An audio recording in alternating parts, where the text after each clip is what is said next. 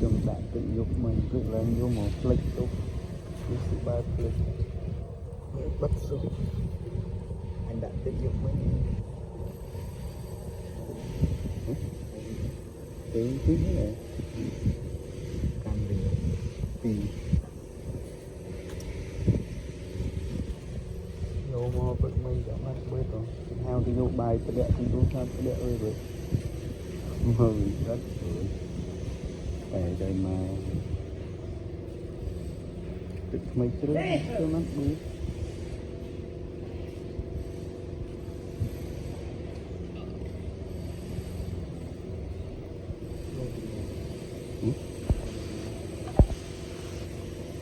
nè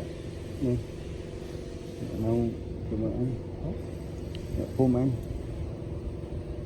đi mấy tí quen ập cỏ cái kia là đã được chuyện sớm